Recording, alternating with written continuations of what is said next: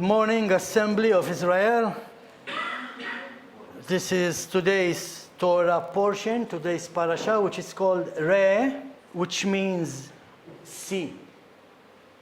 More than seeing with our eyes, it means to perceive, to see what the Lord is saying.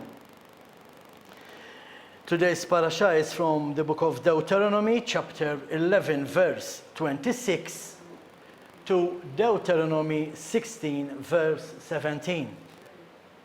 And this parasha is divided in first chapter, from chapter 12, verse 1, it is the pagan shrines which are to be destroyed as commanded by God. From chapter 12, verse 13, we read about a prescribed place of worship. Chapter 12, verse 29, we see a warning against idolatry. Chapter 14, verse 1, it talks about the pagan practices which are forbidden by God. Deuteronomy chapter 14, verse 3, talks about the clean and unclean food. Deuteronomy 14, chapter 22, it talks about regulations concerning the tithes. Deuteronomy 15 talks about the laws concerning the sabbatical year. Deuteronomy 15 verse 19, it talks about the firstborn of every livestock. Deuteronomy 16 chapter 1, it talks about the Passover. We see a review about the Passover. Chapter 16 verse 9, it talks about the feasts of the Festival of Weeks, which is Pentecost. And finally, chapter 16, verse 13, it talks about the Festival of Booths, Sukkot, which will be coming in October. This parasha, as we already mentioned previously in previous parasha, we see the Israelites going into the Promised Land. And Moses is telling them that, listen guys, once you get in the Promised Land, life is going to be different. Same goes for us. Once we come to God, life will be different. In fact, one of the things that we can think about is that once they go into the Promised Land, manna from heaven will be stopped. And in the Promised Land, there will be no tabernacle in their midst. Why? Because they will be scattered all over Israel.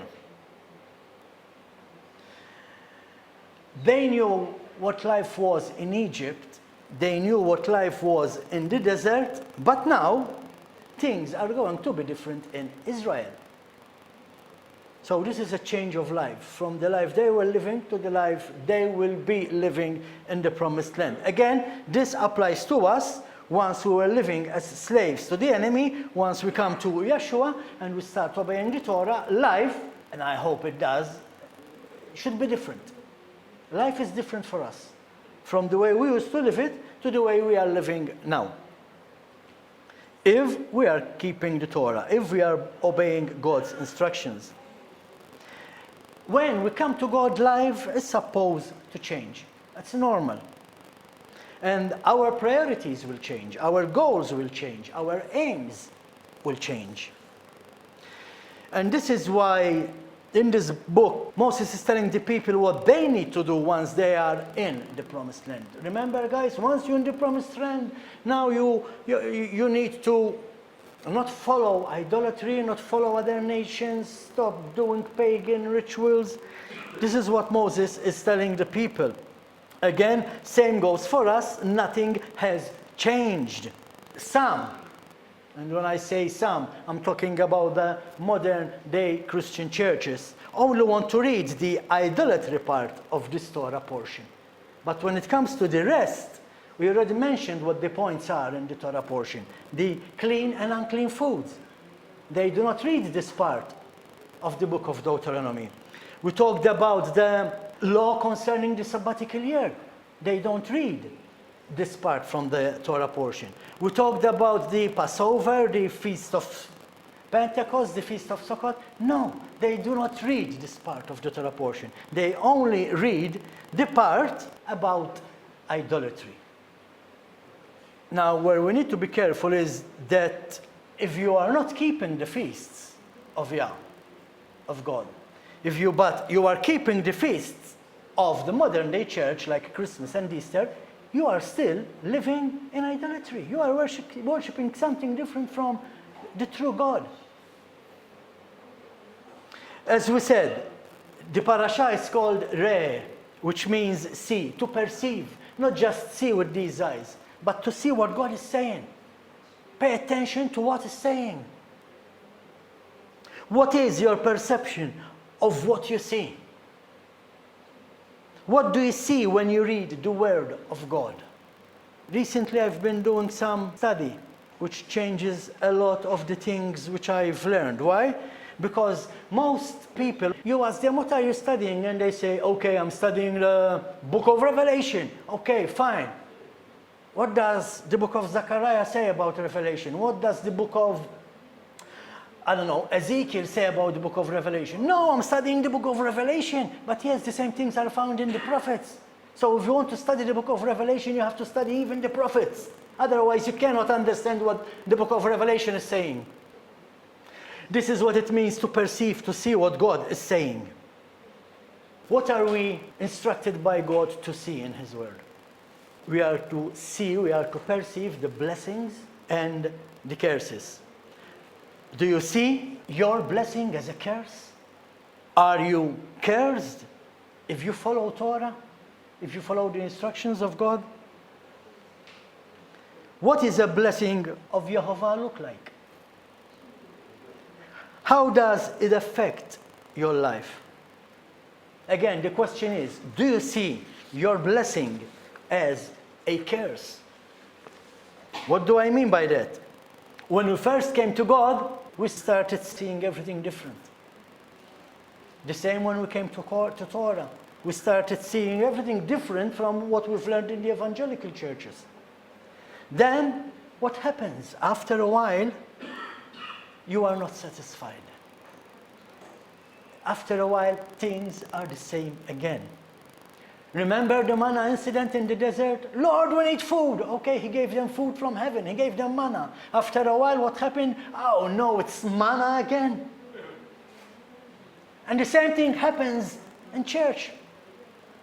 Wow, look about this, look what God is saying, look about idolatry, look about the Pope and this and that. After a while, they are still living the same lifestyle they used to live before they came to Yeshua. Wow, manna, food from heaven. Let's cook, let's eat. What's on the menu, Moses? Manna. Oh, manna again.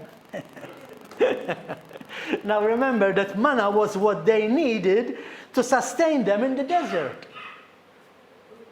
It was what was best for them. So be sure that if you are truly following God's instructions, if you are truly following the Torah of Yehovah, God is giving you the best. So we need to be careful not to do like the Israelites in the desert. And we wish that, wow, it was better when we were in Egypt. That's what they used to say. In Egypt we had watermelon. In Egypt we had the meat. This is where we need to be careful. Remember, they were excited about the manna. They saw it as a blessing from Yehovah. God blessed them. He gave them the manna. That was a blessing. But after a while, when things progress in our life, what did they do? They sort of started to see it as a curse. Really? Again, manna? So the blessing of God now, they are seeing it as a curse. That's what today's parasha is all about. What do you see in the blessing of God? Same happens with believers today. People are all excited when at first they start walking God's way. Then after a while, when God's instructions to them starts rubbing against their ways, they see what was a blessing as a curse. This is something which is very important even to us as Torah followers. And this is where we need to do as Paul says when he said that we need to die daily. Daily we need to die for ourselves. Why? Because daily the enemy tries to attack us. So daily we need to think, listen, is this what? A blessing? Yeah. So if it's a blessing, keep on walking. Don't think about it as a curse. Like Sabbath. Is Sabbath a blessing or a curse? It's a blessing. But then some people, they say, oh no, it's a curse. I had a thing I needed to do, but I cannot go. It's a curse. My friends, they're going at the beach for the day. I cannot go because I have to be at the church on the Sabbath. It's a curse. You see? But then again, in this parasha, we see Moses putting choices in front of the people. They had to choose like we always have to choose. And what is the choice? What is God telling them? How can you do the choice? Like we've been studying in our Psalm 119 series. Our choice is to always meditate on the Word of God. No matter what happens. In every circumstance, in every situation, meditate on the Word of God. And you keep walking. And you keep receiving the blessings. To see, to perceive, to see what the Word of God is saying it's like a call to look back on your life so you can look forward where you're going. If you don't look back, if you forget where you've been, you cannot plan where you're going. You might do the same mistakes, you will end up back where you started. But if you keep in mind the lifestyle that you used to live when we were pagan, now we can plan and move forward. The idea is that Moses is telling them to look back where they were, to look at the experiences they had in these 40 years, even in the desert, because remember, the people Moses is talking to, they only knew the 40 years in the desert. They don't remember Egypt. This is a new generation. The guys from Egypt, they didn't make it to the promised land. They all died in the desert. So Moses is telling them, guys, remember your experiences 40 years in this desert, so that you will know how to live the life in the land where you are going. What does God say in this parasha? How does it start? See, I am setting before you. Look to where you've been, and then remember as you move forward. And we need to be careful when we look back. Sometimes we tend to stay there. Sometimes, like the Israelites, we start thinking, oh man, but it was good back then. Oh, back then I could drink as much as I want. Back then I could party as much as I want on a Saturday. You know? Like the Israelites, they wish they were still in Egypt. To look back means to see how God has changed you. If you look back, I hope you are changed from when you were a pagan to a Torah observer to a believer in Yeshua. So to look back means to see how God had changed you from what you were to what you are today. From being nobody to the point of you are now where God desired you to be. Or at least we are getting there. Remember what God said to his people? It's not because of you. You are nothing. I picked you from all the nations. You are nothing. It's because of the promises I made to your forefathers. And the same can be said about us today. We were nothing when we were pagans. We were nothing when we were following man-made religion. Now, hopefully, today we are on the way to be what God desires us to be. So we look back for the purpose of looking forward. Let's see what Deuteronomy 11, verses 26 and 28 has to say. See, I am setting you before you a blessing and a curse. The blessing, if you listen to the mitzvot, to the commandments of Adonai your God, that I am giving you today. And the curse, if you don't listen to the mitzvot of Adonai your God, but turn aside from the way I am ordering you today and follow other gods that you have not known. Since we started reading the book of Deuteronomy, we've been hearing a lot about if you listen. If you listen to what God is saying. Not just sound waves, not just hearing the voice, the sound of that voice.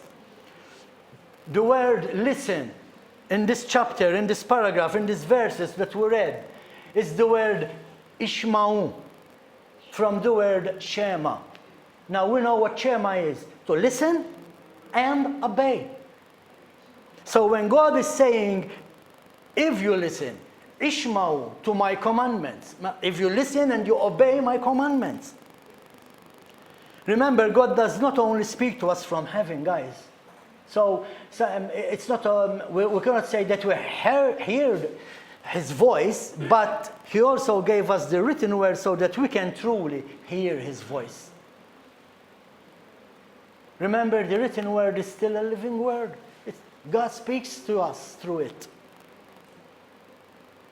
The blessings that Moses wrote about in Deuteronomy are the same blessings that God is telling us about today when we are reading His words. When we read the book of Deuteronomy, God lists the blessings that we receive when we follow His word. What is the problem with today's churches?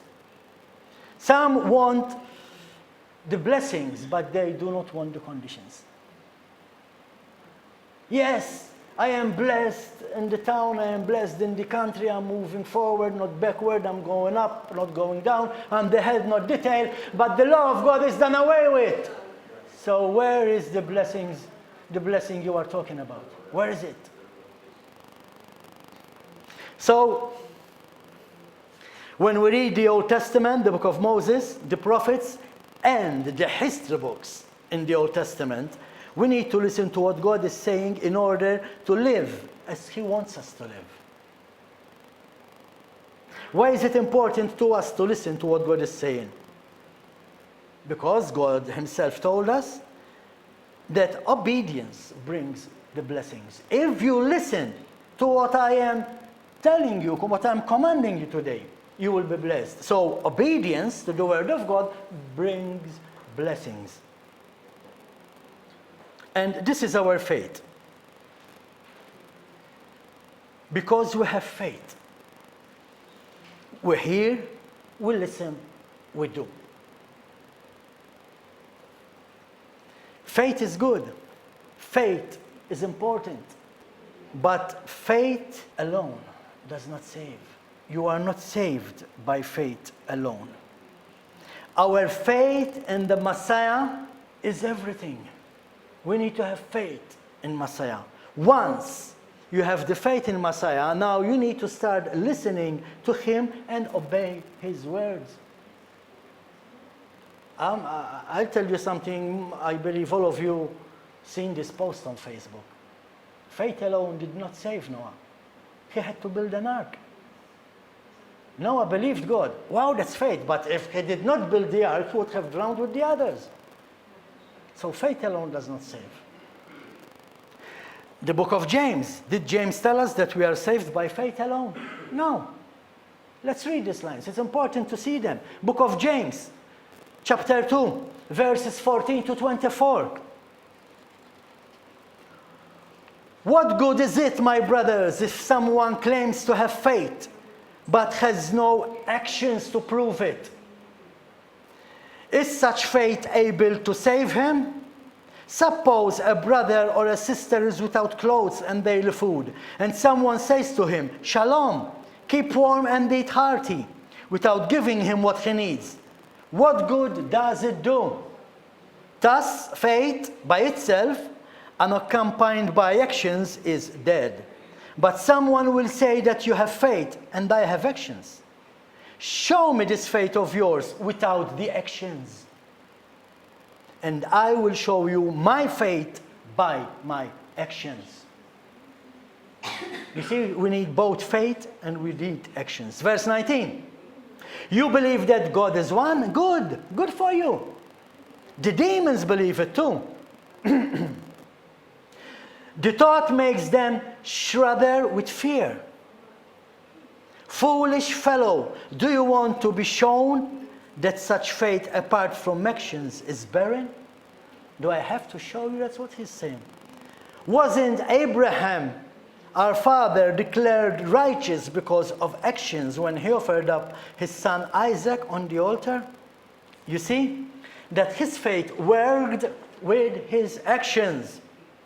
By the actions, the faith was made complete. Verse 23, and the passage of the Tanakh was fulfilled, which says Abraham had faith in God and it was credited to his account as righteousness. He was even called God's friend. Verse 24, you see that a person is declared righteous because of actions and not because of faith alone. So faith means to hear. That's faith. You're hearing God. Wow. Now you need to listen to what God is saying. Now you need to obey. And the first thing that God directs us to are the 10 Commandments. That is what James is talking here about. He's talking about our love to our neighbor. He's talking about Commandments 5 to 10. But because he does not mention that our love for God doesn't mean he's not talking about them. How do we show our love to God? If you love me, you keep my commandments. Commandments 1 to 4. A blessing and a curse. This Torah portion begins with the words, behold, I set before you this day a blessing and a curse. A blessing if you will obey. We're reading Deuteronomy 11, 26, 28 again. If you will obey the commandments of Yehovah your Elohim, which I command you this day. And the curse, if you will not obey the commandments of Yehovah your Elohim, to go after other gods which you have not known. After this verse, in verse 29, Yehovah instructs the Israelites that upon entering the promised land, they are to stop between the mountains of Gerizim and Ebal. Now this is important, pay attention. This is very important. I'll tell you before I get to the notes, because I know what I've written in my notes. This is scary. If you really believe God, this is truly scary. God told them to stop between the two mountains, Gerizim and Ebal, which are located at the entry point of the land before you enter Israel. That's where they are, even to this day. Listen, Deuteronomy 11, verse 29. Yes. Make a big circle around it so you can check it. Brother, it's important. When Adonai your God brings you into the land you are entering in order to take possession of it, you are to put the blessings on Mount Gerizim and the curses on Mount Ebal. That's Deuteronomy 11, verse 29, okay? This is the same place that we all were when we came to give our life to Yeshua. We were between these two mountains, going into the promised land. There's Gerizim on this side, Ebal on this side. And we are to put our blessings on this mountain, on Gerizim mountain, and our curses on Ebal mountains. Remember, Mount Gerizim represents the blessings, and Mount Ebal represents a curse. The town of Shechem is located between the two mountains. That's where they were. They were at the town of Shechem. Now, the Hebrew word for Shechem means shoulder or back, which supports the head, where the thoughts are coming from.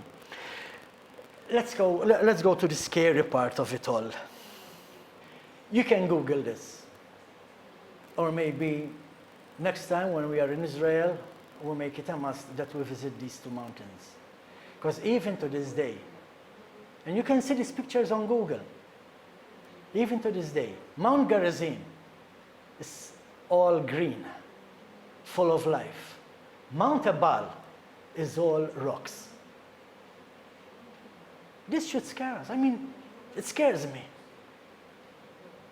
It scares me, to the point where, wow, there is a God. Otherwise, how can we explain the mountain which was blessed, full of life, with trees and greenery and fields, and the other one which was cursed? It's all rocky and no life on it. Yes, this should put the fear of God in all of us. This is our faith. We don't see God, but man, this is His work. This is His doing. Wow, there is a God. Shechem is the same place where Jacob, upon entering the promised land, buried all his family's false gods and all his pagan stuff. This you find in Genesis 35, verse 4. The question for today is this: are we honoring the decision? Are we honoring the oath we made on the day when we came to Yeshua? That we will choose to follow Him so we can receive the blessings and not the curses? Very quickly, last point. Book of Deuteronomy chapter 13, verses 1 to 3. And we will also read 4 and 5, so from 1 to 5. But let's start from 1 to 3, because this is important, guys. If a prophet or a dreamer of dream arises among you and gives you a sign of wonder, and the sign of wonder that he tells you comes to pass, and if he says, let's go after the gods which you have not known, and let us serve them, you shall not listen to the words of that prophet or that dreamer of dreams. For the Lord Yehovah, your God, is testing you to know whether you love the Lord, your God, with all your heart and with all your soul. So, why is this important in today's parasha? A prophet could have the ability to perform all kinds of amazing signs and wonders. They could pray on you, and you will be healed. But if they attempt to lead you away from the God of Israel by telling you that we are no longer under the law, by telling you that we can celebrate Christmas, by God's definition, that's a false prophet or a false pastor. How many times you've heard the expression, but he's a man of God? Really? So how come he's taking you away from the God of Israel and bringing you to the God of the world? Verses 4 and 5, chapter 13. You shall walk after the Lord, Yehovah your God, and fear Him, and keep His commandments, and obey His voice. And you shall serve Him and hold fast to Him. But that prophet or that dreamer of dreams shall be put to death, because he has taught rebellion against the Lord Yehovah your God, who brought you out of the land of Egypt and redeemed you out of the house of slavery, to make you leave the way in which the Lord Yehovah your God commanded you to walk. So you shall purge the evil from your midst. So a false prophet, by God's definition, biblical definition, is someone, not only a prophet, it could be a pastor, a leader of a church, of a community, who is leading you away from God. As I said, you talk to people and they tell you, but he's a man of God. Yeah, so how come he's telling you we are no longer under the law? Which God is he a man of? On the other hand, that would mean that a true prophet, by biblical definition, affirms the commandments of the God of Israel. So when it comes to determining whether someone is a true prophet, a question we should ask is this: does their message affirm God's commandments or negate them? And that's how you know if your teacher, if your pastor, if your leader is a false prophet or not. Amen? Hallelujah. Let's break for some time and then start worshiping the Lord.